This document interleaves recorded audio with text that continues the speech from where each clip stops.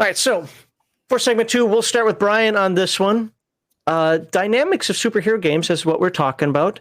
Now we're going to talk about powers and responsibilities. So the first question in this segment is, how do different systems handle superpowers, and what mechanics do you find most engaging? Okay. Man, I should have read these questions a little bit better instead of sleeping today. But weird how I put them out for you. And anyways, let's not derail this all. So obviously there are a lot of different ways. Palladium uses a standard progression. Yeah, standard progression. Can they also mix in sort of their PPE kind of style system? Then Heroic uses the kind of make up a power and kind of do whatever you want with it sort of system. Kind of. It's okay, buddy. It's a little more loosey goosey than. Well, I wish you'd read the rules as well as you'd read the questions for this week. Eh? Oh, he went to go read the question real quick. No, the thing is, there's like every game is going to come up with different ways to do it, and I think for me, I struggle with a more open-ended system, because with what Weird Guy just said, the ADHD, I end up with the analysis paralysis. Like playing in Heroic, I want to take my powers. It's like, okay, how can I take this power to do something power related? And it takes a lot more work for me to actually use the powers that my character has. Whereas now, with that said, one of the best parts about playing in Bear's game, and a lot of people will probably have issues with this, is I'll say, I want to do this. And he's like, oh, well, if you have this power, and so you're trying to do this thing, and he knows how to put it together, and I can see it in my head of how the power is taking effect. But go back and watch it, Bear. I've said like, oh, I want to do this. No. I was just going to say that's just called GMing, right? Like it's just helping the player when the player's stuck. That's what GMs should be doing. It's not an adversarial contest. It's a mutual collective thing. Sure, but in something like Palladium, the power is spelled out. I say I'm going to do this, and it's pushing a button and effect goes off. Mm-hmm. So for me, it's easier for me to play in a game where I'm just going to push the button and the effect goes off. Right. But in a superhero game, I do think it's cool to have like a Green Lantern style character where, okay, I have a power ring. What am I going to do with it now? How point of parliamentary procedure. You have a power belt buckle. No. Is he from Texas? He rolled a character whose name is Convoy, who's a trucker who has a magical belt buckle that is like a Green Lantern ring, but it's this big Texan belt buckle. Yeah. Okay.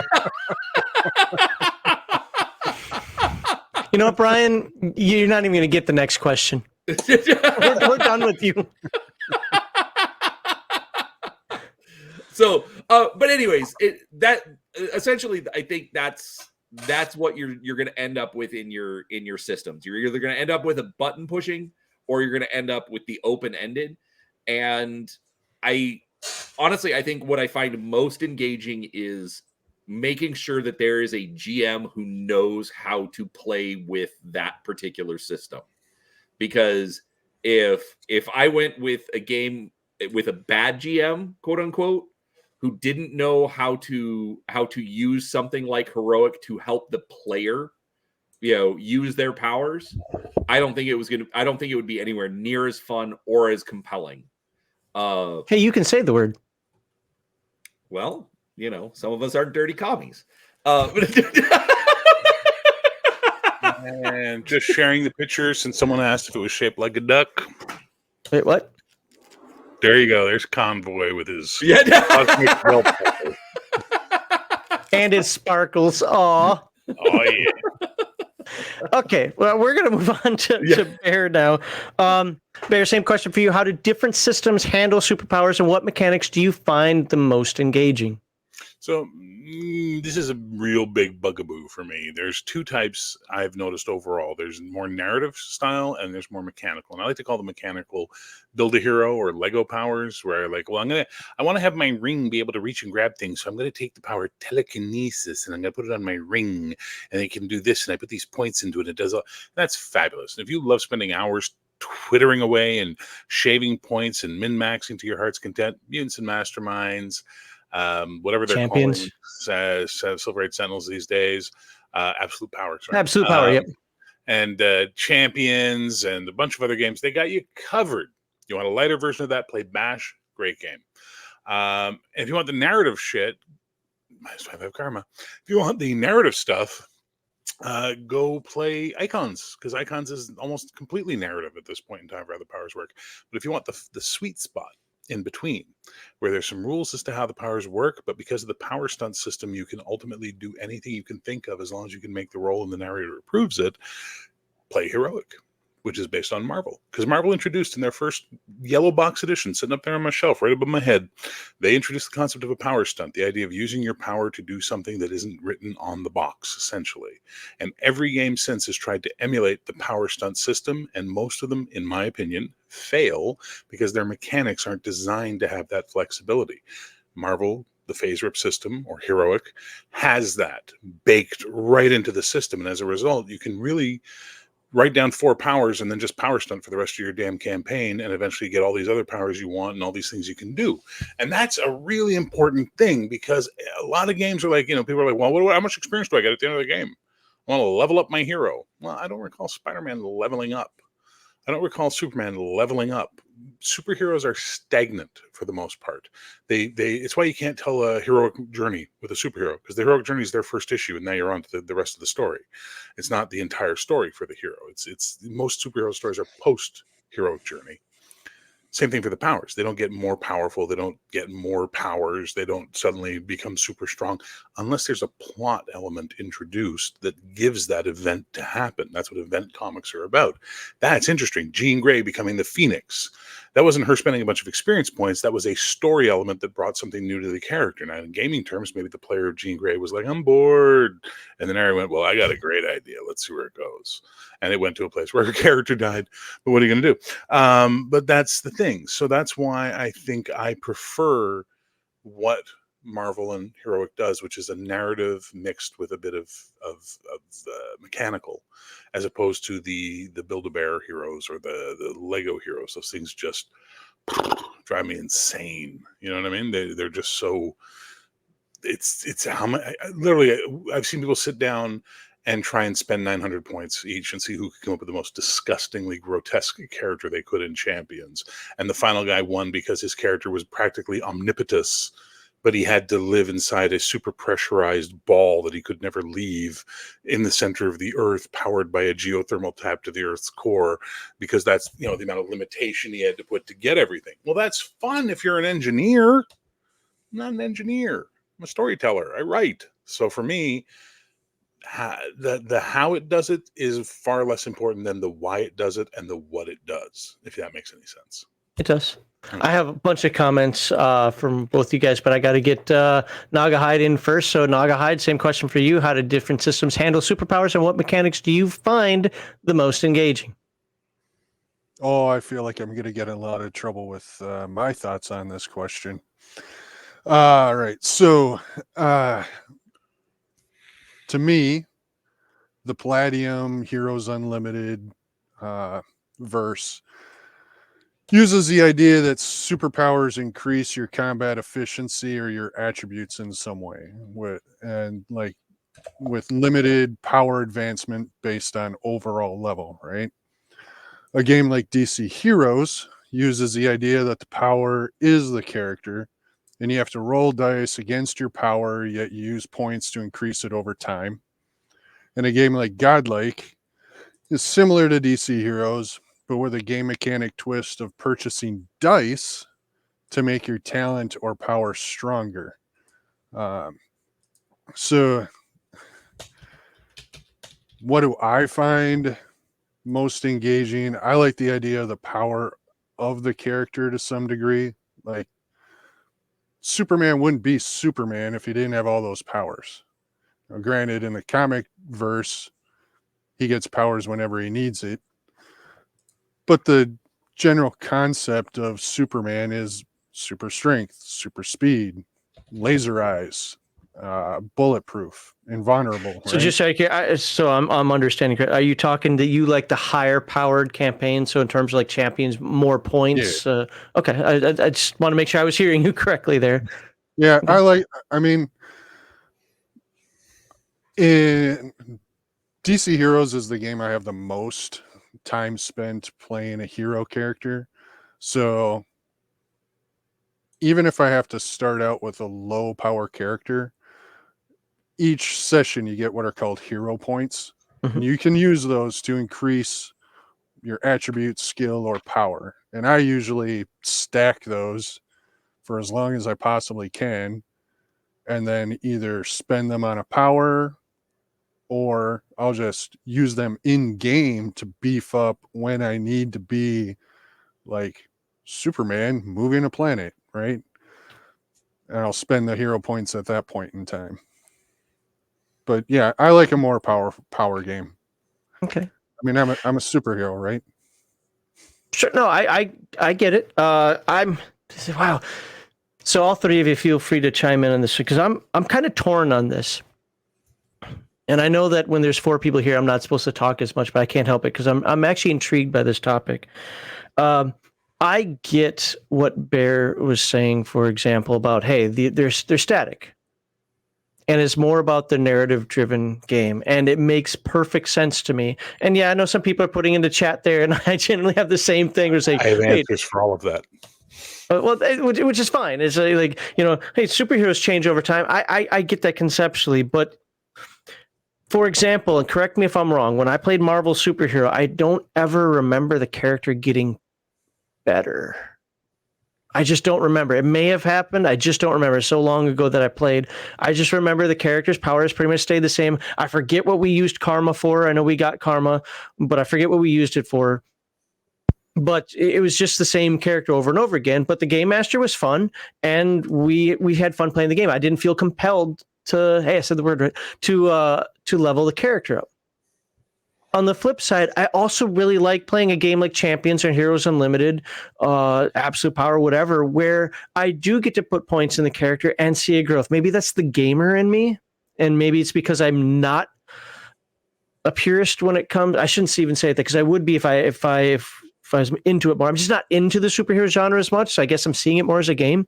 I can really see both sides, and honestly, I like both. I really do. If you tell me that, hey, this character isn't going to grow, this is your origin, this is your background, or you come with the origin background, but here are your powers, and this is what we're going to do, I would have fun with that.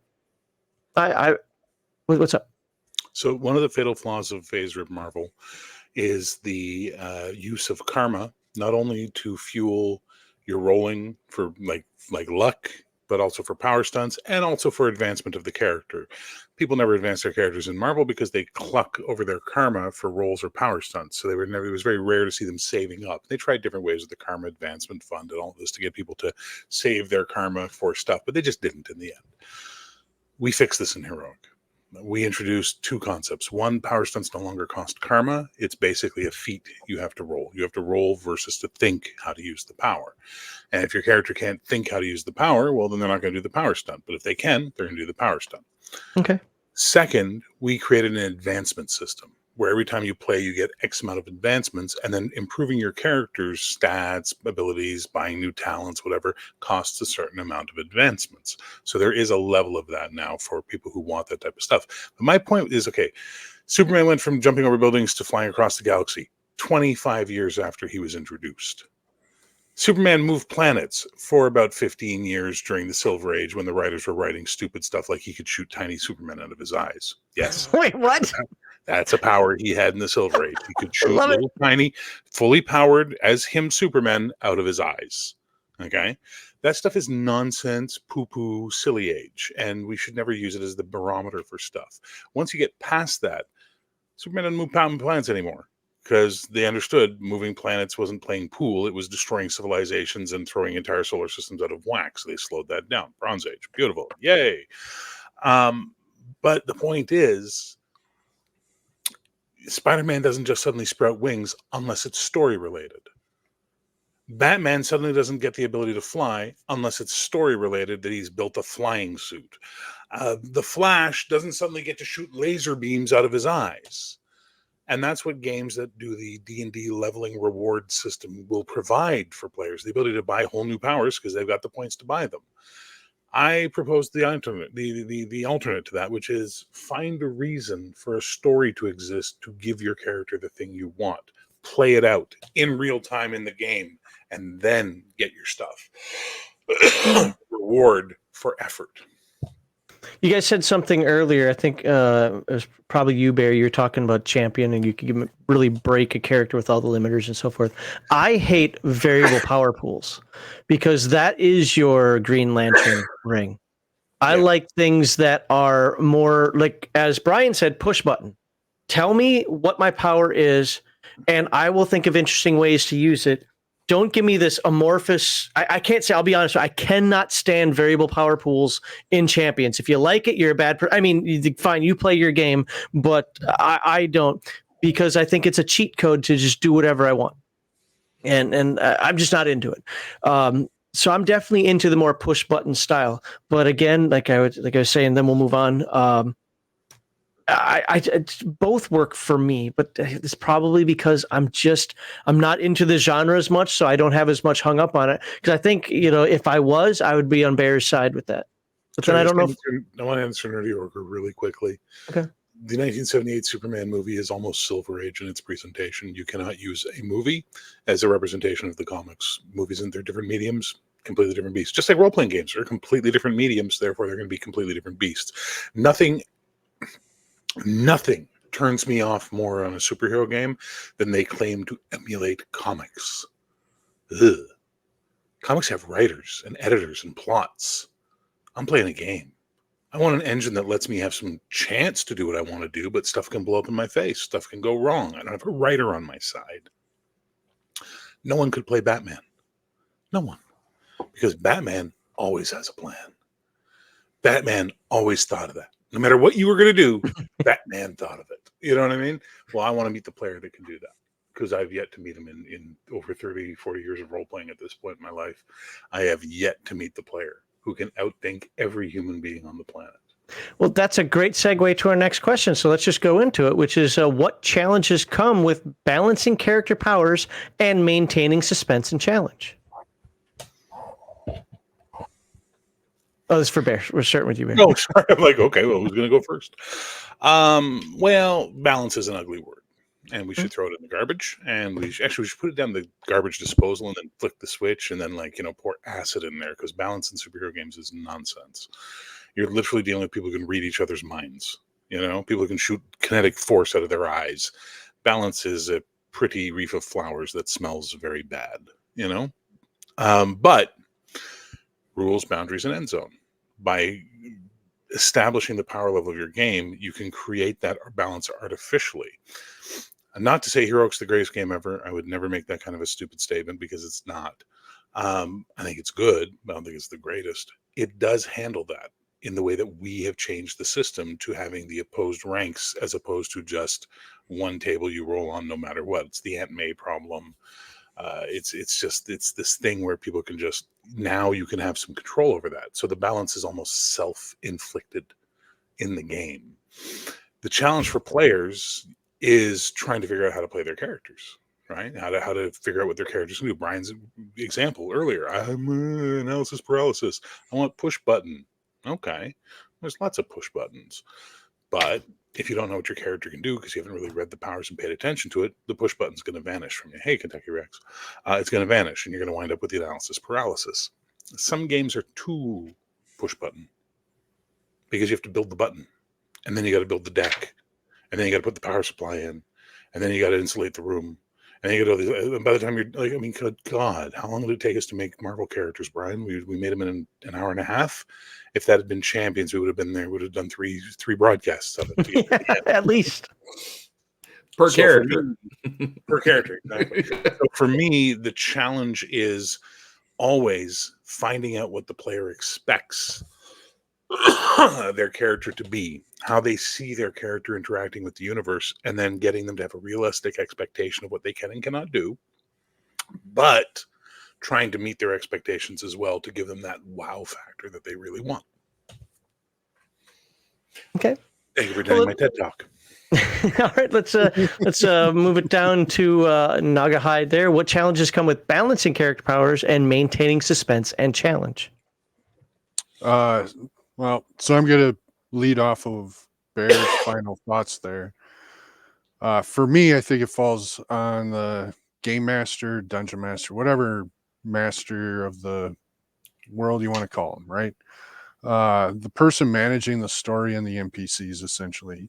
You have to understand the game mechanics and where the player characters are in terms of character power level. So, like, if you have one character that's more brainy, not brawny, and you have a character that's brawny and not brainy, they're a team. Your villains have to be able to challenge each of them. And I don't think it's so much the players that have to balance that out. I think that falls on the game master. It's a crucial aspect of the game that the game master does that. They have to make the world intriguing. They have to make the world a mystery if that's what you're looking for in a game. You have to have the characters wondering who the bad guy is sometimes. You don't want the bad guy to just show up and be like, hey, I'm the bad guy. And then they defeat him in 5 minutes. Well, now your game's done. It's ruined. And Or you cheat. Starting a You new cheat one. to make it Right, live. right, exactly. Well, it's the So- Dr. Doom principle, right? Right. In the Marvel game, the old Marvel game, there was a rule. If your players defeat Doom, even if it was clear that it was really Doom, like they did a genetic test or they had like irrefutable proof it was Doom, and they defeat him, it was a Doom bot. Yep. That's just the way it is. So yeah, it's on the narrative. So I one agree of the things I that agree with you 100%, boss. I want to ask when it comes to powers and maintaining suspense and challenge, like one of the things, like maybe one of the reasons why I shy away from these type of games is like I don't like high level Dungeons and Dragons either, at least not as a game master. Like, because it's just, to me, there's a lot of work. It becomes more work than fun for me. Not that I can't do it, I have done it, but it's more work than fun for me when I have to take into consideration all the crazy wackadoodle things that the characters can do and still make it interesting for them without just steamrolling them or having them steamrolling the bad guy. What is the art of that in your mind that allows you to do that in a superhero game? Or how can you overcome some of those challenges in a superhero game where they do feel challenged, even if the bad guy, you're like, oops, I forgot about a couple of these powers with the PCs. And it's still for you now, God. Man, that's what I love. That's the only reason I'm a game master, is because I love that aspect. I love putting in the work and building this. Like, I'm not building the story. The players are building the story. I'm just giving them a world to navigate and enjoy, right? So theoretically, then, if they're to steamroll a bad guy that you thought was going to be challenging for him, you just kind of say, "Hey, that's what happens. A good job on them," and move on. No, Okay. no. So I could think a little bit quicker on the cuff. So okay, that was the bad guy I created, right? Okay, They defeated him. Oh no, it wasn't. Somebody shows up and's like, "Huh, you thought you defeated me? That was only one of my henchmen." Grabs the body, disappears. Now I have a whole week to create a whole new bad guy and let them wonder, what the heck was that? Who was that? And what is going on? Right? Okay. All right. Can it wait till crosstalk, Bear? I'll probably forget it by then, but sure. I have a legionofmyth notebook. I don't want your Legion. Oh, because I do want to get to Brian here with the same question. What challenges come with balancing character powers and maintaining suspense and challenge? So I think the biggest challenge is going to be on the game master side, because he's got to be the one to set those limits as far as what's going to be allowed. Sometimes the game is going to do it. Like I know that Palladium specifically designed Heroes Unlimited to not allow you to make a Superman type character. You can get close. The mega heroes, but right. But you know, you have to put those limitations in there. And I think that's one of Palladium's strong points, is that they didn't want you to go that full power. They acknowledge, if I'm not misremembering it, that it does come down to the players, or not the players. The game is supposed to let you play superheroes, but it's not trying to let you play in a comic book, like Bear said. You know. Okay. Well, let me. I'm not going to challenge you on that, but put a couple things out there. How do you compare a character that has, say, 4 minor powers versus a character that has 2 major powers?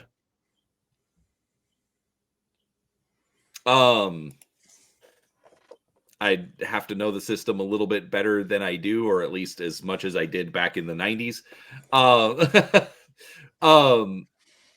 The thing is, I think with balancing the characters, again, that's going to be a lot more on the game master, because you're going to have players with characters that are at different power levels.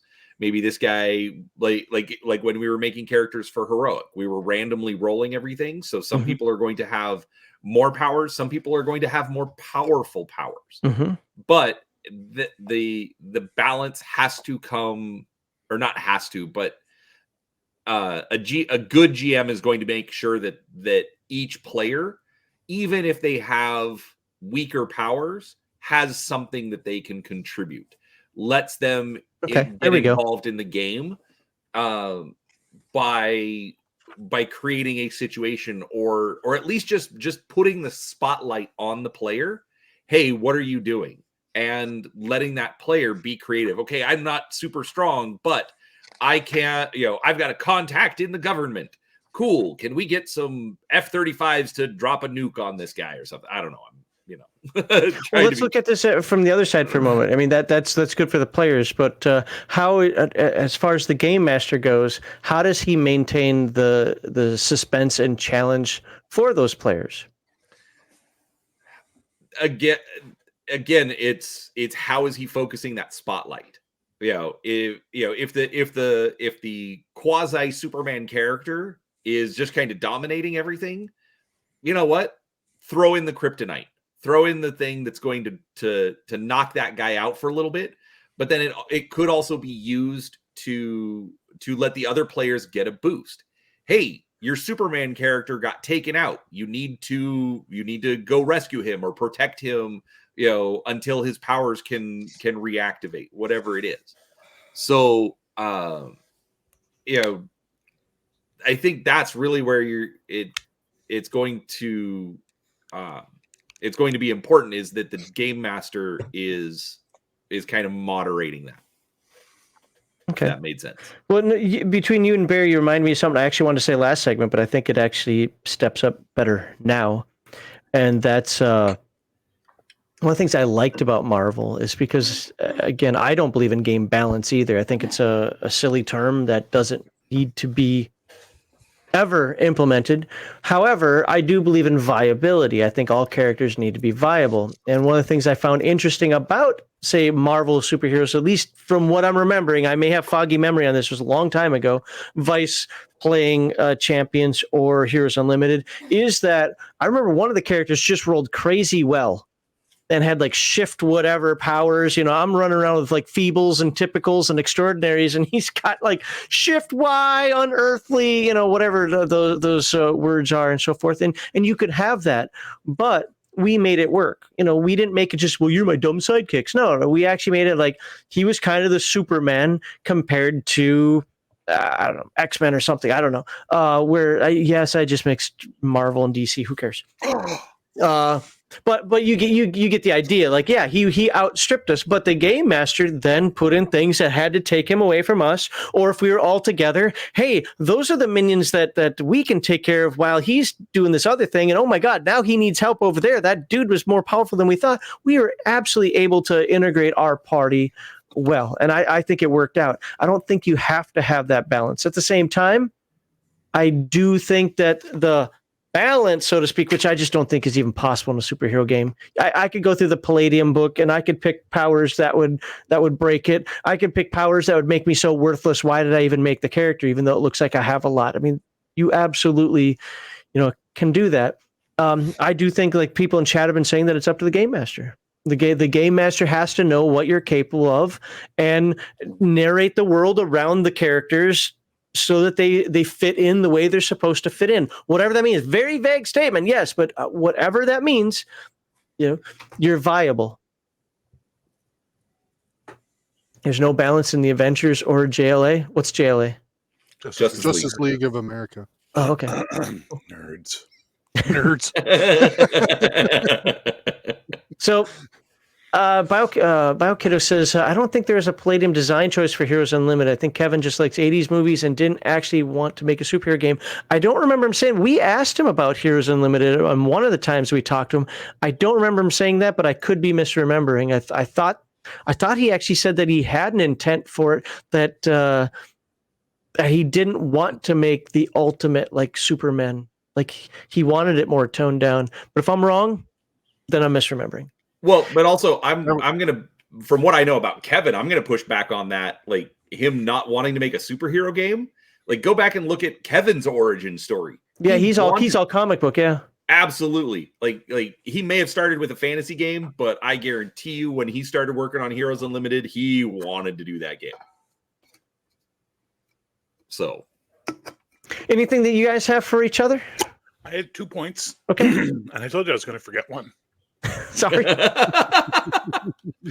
But the second one I remember, Brian, kryptonite is too much. No mas. You don't have to throw kryptonite to take the Superman character down. So someone said earlier in the chat, Superman's not about his powers, it's about his morality. You attack the character where their morals live. You attack the character where they live. So I want to get Superman out of the fight so the players can do other stuff. Oh my God, that building's collapsing. And there are people in it. Mm-hmm. All right, heroes, I'll go take care of the building while you lock down Dr. Destructo. And now they're off doing stuff and being themselves and looking awesome. Because everybody wants to be the guy that throws the killer punch, right? They all want to do the knockout blow on the villain. That's the gamer problem. But if you challenge their characters in other ways, other than going directly at their powers, you will get there. One of the biggest complaints about Marvel has always been the pass-fail damage system. I have a remarkable 30 attack. He's got incredible 40 body armor. I can't hurt him. Yeah. You shouldn't be able to hurt everybody. The Juggernaut. I'm the Juggernaut, bitch. You ever see the issue where Colossus gets drunk in a bar and picks a fight with Juggernaut and gets his ass beat 7 ways from Sunday? Right?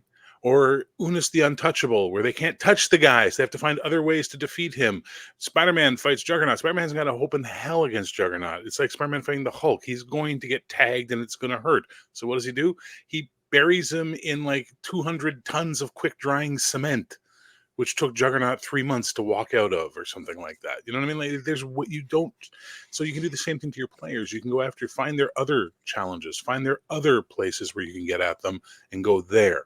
Don't just be a hammer or a fist. Think. Well, but Bear, counterpoint to that could, I'm using kryptonite just as a general term. Find the way to take it out. So it's a moral kryptonite. There we go. But Brian, if you pull that kryptonite every session because you got to get Super Dude out of the way, eventually Super Dude's not going to want to play the game anymore. Right. But if you challenge him not with kryptonite, but with other weaknesses, we'll say, or other moral compellings, not compellings, but compellings, you will find they're more engaged in the game because now you're engaging with aspects of their character, and that will make them have a lot more fun. So it's just yeah, I know it's a phraseology for you. It's semantics, but you know I'm anti-semantic, so Well, no, I mean, I think that's one of the concepts behind a superheroic game that I would hope that people who enjoy the genre, enjoy the comic books, that they would want to seek out. What my fear is, and this is kind of my experience, though, to be fair, not completely. If you talk to Garthon and Heathen Dog of Legion of Myth, they would counter what I'm about to say, but they're kind of the two exceptions of our gaming group. We were trying to play a role-playing game where we punched people and either threw them in jail or killed them because that's what you do in a role-playing game. I'm oversimplifying. So Really?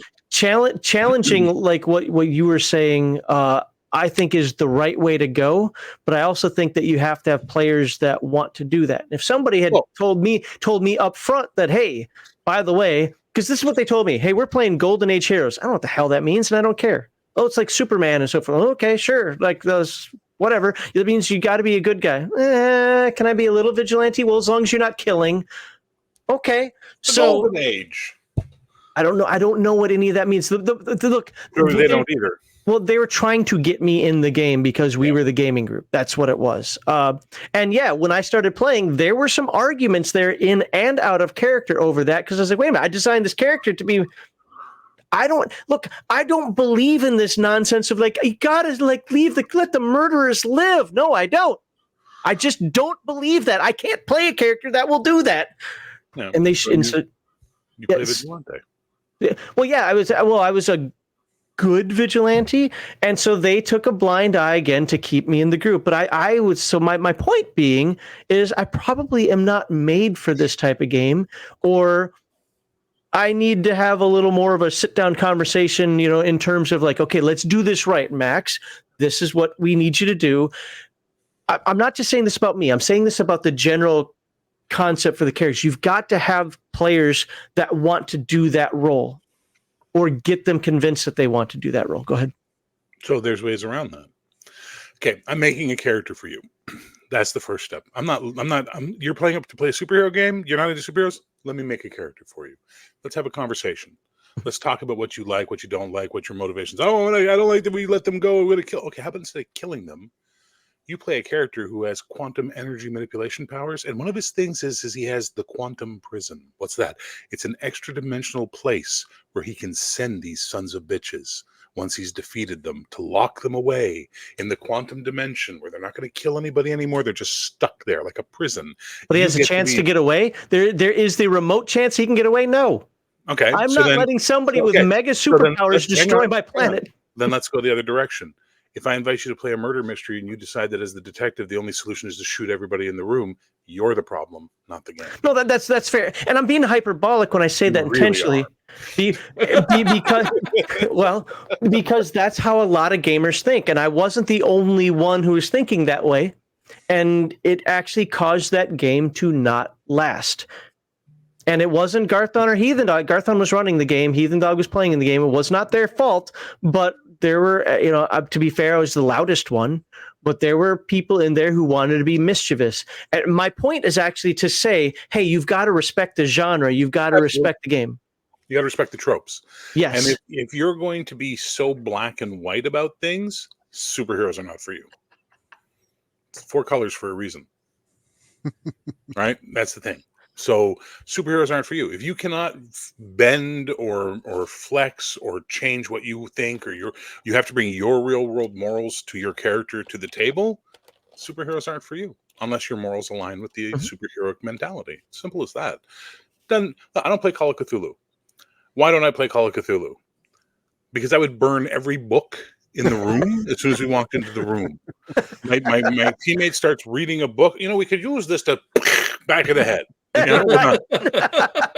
Why? Well, because there's an outside chance that this asshole could summon a greater elder god that will destroy our world. So I think his life is a fair trade.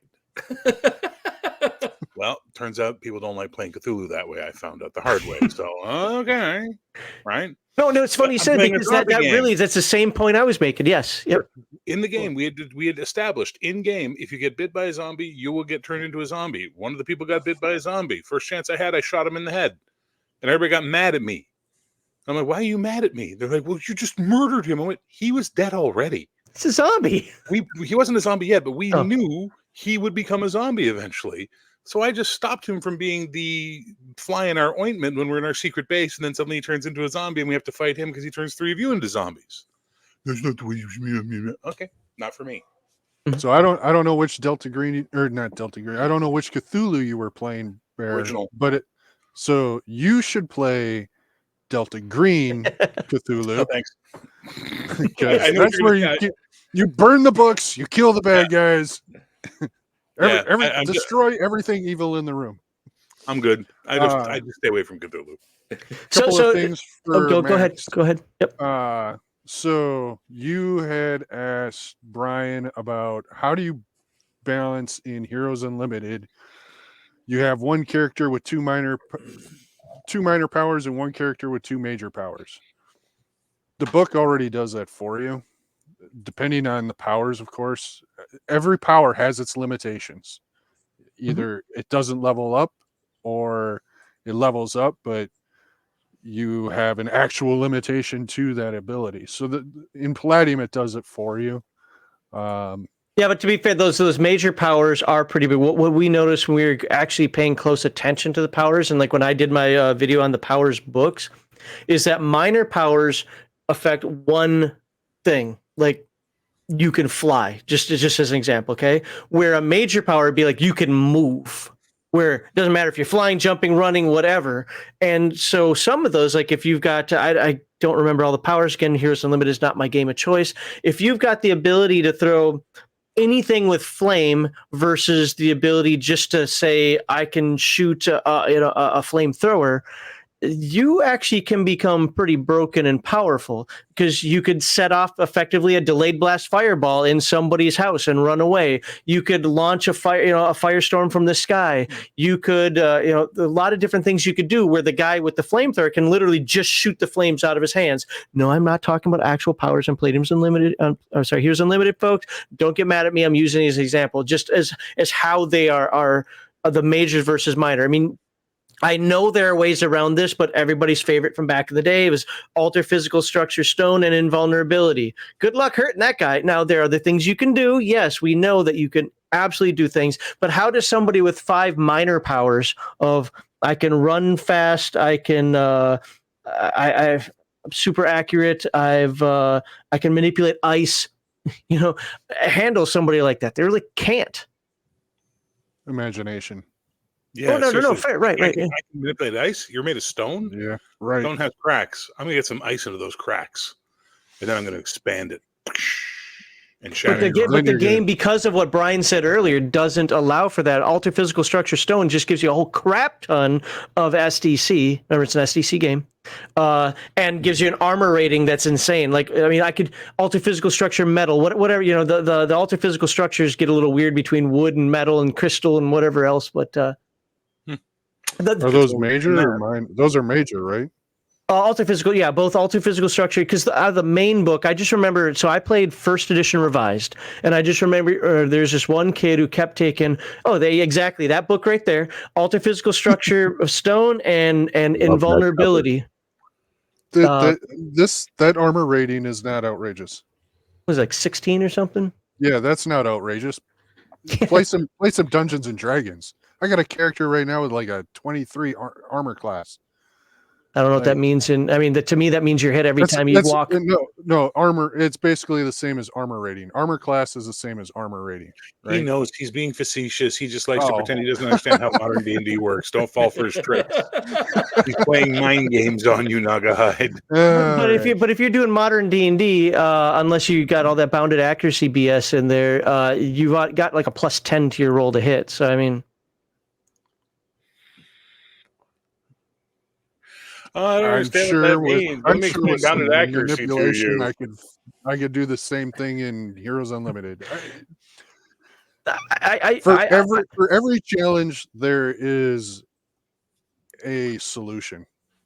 Oh, sure. No, absolutely. And I wasn't trying to act like there wasn't. What I was trying to say is the game master has to think. And sometimes you have to put constraints and you have to put limitations on, because good imaginative characters, like the idea of what was Bear just said, or as you just said, the whole ice in the cracks of the stone. Well, man, that's going to be a fight in Heroes Unlimited, because I'd be like, that is an awesome idea. I think, yeah, let's go with that. No, what? No, that's BS, man. I don't have any crack. It doesn't say anything in here about crack, blah, blah, blah. Because what you do to the NPCs can do to you. And, there's some players who would go batshit crazy over that, where other players would be like, dude, that was pretty dang cool. And yeah, I do see that as a potential weakness. It's really going to matter about your table. And that's kind of my hyperbolic concept that I was talking with Bear about: respecting the trope, respecting the game, respecting the table, respecting the GM, etc. I think a lot of that, throw out the word balance, throw out the word about maintaining suspense and challenge. If the players respect the table and the game, and the game master has any capability worth his salt, I could probably do a superhero game. Then it will work out in the end. Session 0. Yes. I just pointed out 5 holes, 7 holes I could get into your body through, even if you're stone, right? Through your eyes, through your nose, through your mouth, through your ears. And I left out the lower torso. So if that player starts arguing about cracks, I'm going to be like, well, you breathe, right? You got nostrils, right? Those are nice big cracks for me to go into. Grizzly, I don't hate deconstructionism. I just prefer pre-deconstruction comics. There's been some great post-Bronze Age comics. Most of them written by Robinson, or Jeff Johns, but that's a different story. Grizzly's getting turgid. The only other thing I'd have to say that, because I don't know how the power works, is also how does that work in conjunction with invulnerability as well. I know that had like megas to saves and things couldn't break through and yada yada. Okay, It's why they did it. And then of course the character rolled up a PhD with a 24 strength and endurance. Or physical endurance, right? Yeah, again, that was high school, guys. I'm just saying that, Well, yes, but here's the thing, and this is something I've been doing with Heroic. People have said to me, yeah, but what about this? This could be abused. This could be abused. This could be abused. I said, no, we're writing a game. Our job is not to tell you how to run the game at your table. Our job is to provide a game based for people who are playing the game. If someone figures out how to abuse or manipulate the system, that's for you to police at your table, not for us in the writing of the game. And while I agree with you 100%, because I believe that games are frameworks, not encyclopedias, I know a ton of people be like, well, this game's broken, we're going to go play something else. And that's sad. That's well, to me, sad, but it's life. Yeah. All right. There's people out there that love games I can't stand. There's games I love that people can't stand. And I've accepted long ago, none of us are right or wrong. We just have tastes that are different. Yep. Nope, I agree, and I think this segment was good in covering that. Unless you guys have any final commentary, we really need to move on to the next segment. We're way over time here, but it's a good topic. So, I want everybody to like, subscribe, and share. That was segment 2. Segment 3 is going to be about villains and valor. That's right. How do you have villains and how do you have valor? Well, they're two different questions. That's how. But we're going to talk about villains. We're going to talk about cliche heroes, and hope to see you then.